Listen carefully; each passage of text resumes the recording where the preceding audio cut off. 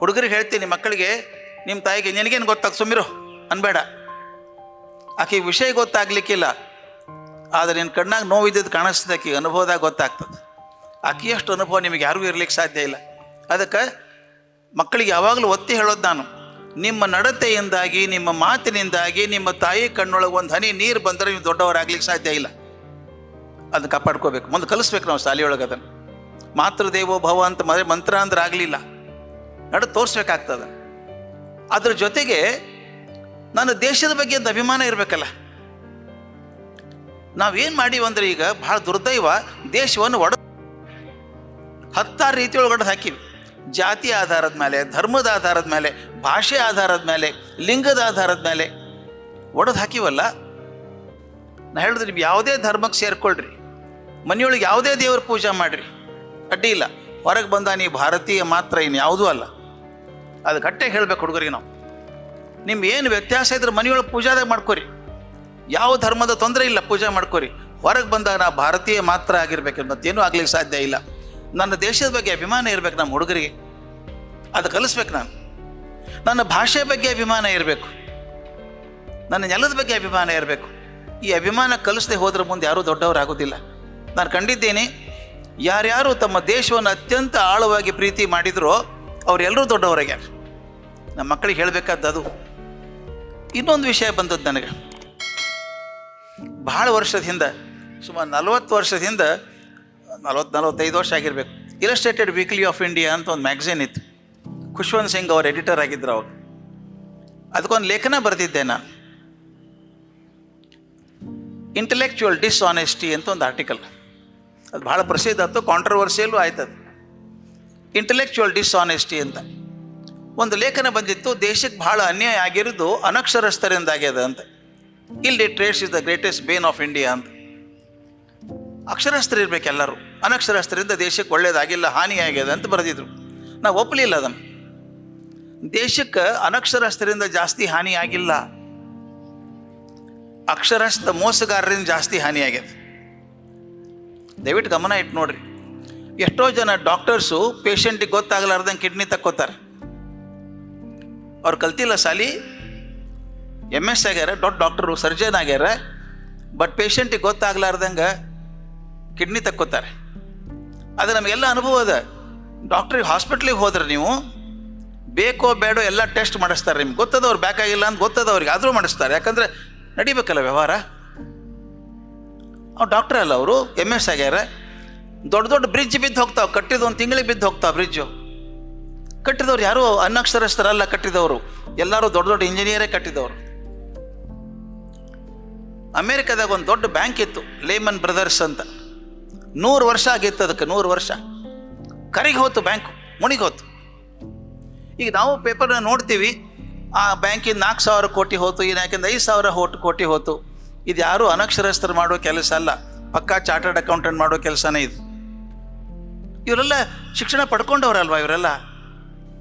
ನಮ್ಮಲ್ಲಿ ಮತ್ತು IAS IPS ಅಂತ ಹೇಳ್ತೀವಿ, ಕ್ರೀಮ್ ಆಫ್ ಅವರ್ ಸೊಸೈಟಿ. ಭಾರಿ ಮರ್ಯಾದೆ ಕೊಡ್ತೀವಿ ನಾವು. IAS ಅಂದರೆ ಎತ್ತರ ಪೋಸ್ಟ್, ಅದು IPS ಆಗ್ಯಾರ ಅಂತೀವಿ. ಅವರಲ್ಲೂ ಭಾಳ ಜನ ಭ್ರಷ್ಟರಾಗಿರೋದನ್ನು ಕಂಡಿಲ್ಲ ನಾವು. ನನಗೆ ಕಾಡೋದು ಇದು ಸಮಸ್ಯೆ. ಬಹಳ ಶಾಣ್ಯಾರು ಅಂತ ಕೊಡಿಸಿ ಅವ್ರನ್ನೆಲ್ಲ ಹೆಚ್ಚು ಉನ್ನತ ಶಿಕ್ಷಣ ಪಡ್ಕೊಂಡಾರ ಅಂತ ಹೇಳಿವಿ. ಅವರಿಂದ ಆಗುವಷ್ಟು ಅನ್ಯಾಯ ಬಹುಶಃ ಅನಕ್ಷರಸ್ಥರಿಂದ ಆಗಿಲ್ಲ ಯಾವತ್ತೂ. ಅವ್ರು ಯಾಕೆ ಹಿಂಗಾದರು? ನಾನು ಅದೇ ಪ್ರಶ್ನೆಗೆ ಯಾಕೆ ಹಿಂಗಾದ್ರು ಅವರು ಅಂತ ನನಗೆ ಉತ್ತರ ಸಿಕ್ಕದೇನು ಅಂದರೆ, ಅವ್ರ ಬಾಲ್ಯದಲ್ಲಿ ಸರಿಯಾಗಿ ಮೌಲ್ಯ ಶಿಕ್ಷಣ ಸಿಕ್ಕಿದ್ರೆ ಅವ್ರು ಹಿಂಗೆ ಆಗ್ತಿದ್ದಿಲ್ಲ. ಬಾಲ್ಯದಾಗ ಸಿಗಲಿಲ್ಲ ಈ ಮೌಲ್ಯ ಅನ್ನೋದು. ಸ್ನೇಹಿತರು, ದಯವಿಟ್ಟು ಹೇಳ್ತೀನಿ ನಾನು, ಭಾಷಣ ಮಾಡಿ ಕಲಿಸ್ಲಿಕ್ಕೆ ಸಾಧ್ಯ ಇಲ್ಲ, ಪುಸ್ತಕ ಬರೆದು ಕಲಿಸ್ಲಿಕ್ಕೆ ಸಾಧ್ಯ ಇಲ್ಲ. ನಡೆದೇ ತೋರಿಸ್ಬೇಕಾಗ್ತದೆ, ಬೇರೆ ಮಾತಿಲ್ಲ. ಒಂದು ಸಣ್ಣ ಪ್ರಯೋಗ ಮಾಡೋಣ ಅಂತ ಮಾಡಿದ್ದೇನು ನೆನಪಿಲ್ಲ ನಾನು. ಒಂದು ಸಣ್ಣ ಪ್ರಯೋಗ ಮಾಡ್ಬೋದು, ಎಲ್ಲರೂ ಒಪ್ಕೊಂಡ್ರೆ. 30 ಸೆಕೆಂಡ್ ಪ್ರಯೋಗ. ದಯವಿಟ್ಟು ಎಲ್ಲರೂ ನಾನು ಹೇಳಿದ ಹಾಗೆ ಮಾಡಬೇಕು. ಗೊತ್ತಾಗ್ತದಲ್ಲ? ನಾನು ಹೇಳಿದ ಹಾಗೆ ಮಾತ್ರ ಮಾಡಬೇಕು. ನಾ ಎಲ್ಲರಿಗೂ ಕಾಣಿಸ್ತೀನಿ ಹೆಂಗಿದ್ರು. ನಾನು ಹೇಳಿದ ಹಾಗೆ ಮಾತ್ರ ಮಾಡಿ. ಎಲ್ಲರೂ ಬಲಗೈ ಮೇಲೆ ಕೆತ್ರಿ. ಎಲ್ಲರೂ ಮಾಡ್ಬೋದು, ಏನು ತೊಂದರೆ ಇಲ್ಲ. ಬಲಗೈ ಮೇಲೆ ಕೆತ್ರಿ. ಎಲ್ಲ ಬೆರಳು ಸೇರಿ ಮುಷ್ಟಿ ಮಾಡಿರಿ. ನಿಧಾನ ಕೈ ಮುಂದೆ ತೊಗೊಂಬರ್ರಿ. ಈಗ ನಿಮ್ಮ ತೋರ ಬೆರಳನ್ನು ಮಾತ್ರ ಚಾಚ್ರಿ, ಎಲ್ಲ ಬೆರಳು ಬೇಡ, ತೋರ ಬೆರಳನ್ನು ಮಾತ್ರ ಚಾಚ್ರಿ. ತಕ್ಷಣ ಚಾಚಿದ ಬೆರಳನ್ನು ಎಡೆ ಕೆನೆ ಮೇಲೆ ಇಟ್ಕೊಂಡ್ಬಿಡ್ರಿ. ಎಲ್ಲಿ ಇಟ್ಟಿರಿ ನೋಡ್ಕೊರಿ. ನಾನು ಎಡೆ ಕೆನ್ನೆ ಮೇಲೆ ಇಟ್ಕೋರಿ ಅಂತ ಹೇಳಿದ್ದೆ. ನಾ ಎತ್ತರ ಮೇಲೆ ನಿಂತೀನಿ, ನಿಮ್ಮ ಕಡೆ ಮುಖ ಮಾಡಿ ನಿಂತೀನಿ. ಅಟ್ಲೀಸ್ಟ್ 80% ಮಂದಿ ಇಲ್ಲೇ ಇಟ್ಕೊಂಡಿದ್ರು. ನಾನು ಮೊದಲು 2 ಸಲ 3 ಸಲ ಒತ್ತಿ ಹೇಳಿದ್ದೆ, ನಾನು ಹೇಳಿದ ಹಾಗೆ ಮಾತ್ರ ಮಾಡಿ, ನಾನು ಮಾಡ್ದಂಗೆ ಮಾಡಿ ಅಂತ ಹೇಳಿರಲಿಲ್ಲ. ಭಾಳ ಮಜಾ ಅದ ಇದು. 3 ಥರದ ರಿಯಾಕ್ಷನ್ ಕಾಣಿಸ್ತಾವೆ. ಭಾಳ ಮಂದಿ ಇಲ್ಲೇ ಇಟ್ಕೊಂಡ್ರು, ತಲೆನೇ ಕೆಡಿಸ್ಕೊಳ್ಳಿಲ್ಲ. ಇನ್ನೊಂದು ಕೆಲವರು ಅಂದ್ರೆ ಎಲ್ಲ ಇವನ ಕೆನ್ನೆ ಅಂತ ಅಲ್ಲಿ ಇಟ್ಕೊತಾನವ ಅಂತ ಹಿಂಗೆ ಮಾಡಿ ಮತ್ತು ಅವನೇ ಇಟ್ಕೊಂಡ್ರೆ ಬರೋಬ್ಬರಿ ಇರಬೇಕು ಅಂತ ಇಟ್ಕೊಂಡ್ರು. ಇನ್ನು ಭಾಳ ಶಾಣೆ ಮಂದಿ ಏನು ಮಾಡಿದ್ರು, ಇಟ್ಕೊಂಡು ನಿಧಾನಕ್ಕೆ ಸರಿಸಿದ್ರು. ಹಿಂಗೆ ಅಂದ್ರೆ ಏನು ಅರ್ಥ ಆಯ್ತು? 30 ಸೆಕೆಂಡ್ನಾಗ ನಾನು ಹೇಳಿದ್ದ ಪ್ರಭಾವ ಬೀರಲಿಲ್ಲ, ಮಾಡಿದ್ದ ಪ್ರಭಾವ ಬೀರ್ತೀವಿ. ಭಾಳ ಮುಖ್ಯದ. ನಾ ಮಕ್ಕಳಿಗೆ ಮೌಲ್ಯ ಹೇಳಬೇಕಾದ್ರೆ ಮೊದಲು ನಾನು ನಡ್ಕೋಬೇಕಾಗ್ತದೆ. ಮನ್ಯಾಗ ಅಪ್ಪ ಮಗ ಹೇಳ್ತಾನೆ, ಸುಳ್ಳು ಹೇಳ್ಬೇಡ ಮಗನ ಅಂತಾನೆ. ಹ್ಞೂ ಅಪ್ಪ ಅಂತಾನವ. ಒಂದು ಫೋನ್ ಬರ್ತದೆ ಅಪ್ಪಗೆ, ತೊಗೊಳ್ಳೋ ಮನಸ್ಸಿಲ್ಲ ಅವಾಗ.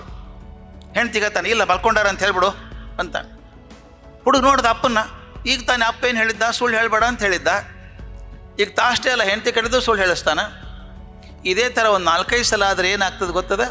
ಹುಡುಗ ಗೊತ್ತಾಗ್ತದೆ, ಫೋನ್ಯಾಗ ಸುಳ್ಳು ಹೇಳಿದ್ರೆ ತಪ್ಪಲ್ಲ. ಅವ SSLC ಮುಗಿಸಿ ಕಾಲೇಜಿಗೆ ಬರ್ತಾನೆ, ಮೊಬೈಲ್ ಕೊಡಿಸ್ತೀರಿ ಅವಾಗ. ಅವ ಕ್ಲಾಸ್ ತಪ್ಪಿಸಿ ಸಿನಿಮಾಕ್ಕೆ ಹೋಗ್ತಾನೆ. ಅಪ್ಪ ಫೋನ್ ಮಾಡ್ತಾರೆ, ಎಲ್ಲಿದ್ದೀವೋ ಮಗನ ಅಂತ ಕೇಳ್ತಾರೆ. ಅವ ಫೋನ್ ಕವರ್ ಮಾಡಿಬಿಟ್ಟು, ಅಪ್ಪ ಸ್ಪೆಷಲ್ ಕ್ಲಾಸ್ ನಡೆದ, ಆಮೇಲೆ ಫೋನ್ ಮಾಡ್ತೀನಿ ಅಂತಾನೆ. ಅವ ಸುಳ್ಳು ಹೇಳಿ ಕಲಿಸಿದವ್ರು ಯಾರು? ನಾವೇ ಅಲ್ಲ. ಇದು ಭಾಳ ಮುಖ್ಯದ ಪ್ರಶ್ನೆ. ಮಕ್ಕಳಿಗೆ ನಾವು ಮೌಲ್ಯ ಹೇಳಬೇಕಾದ್ರೆ ಮೊದಲು ನಾನು ಮಾಡಬೇಕು. If my children have to be honest, I should be honest first.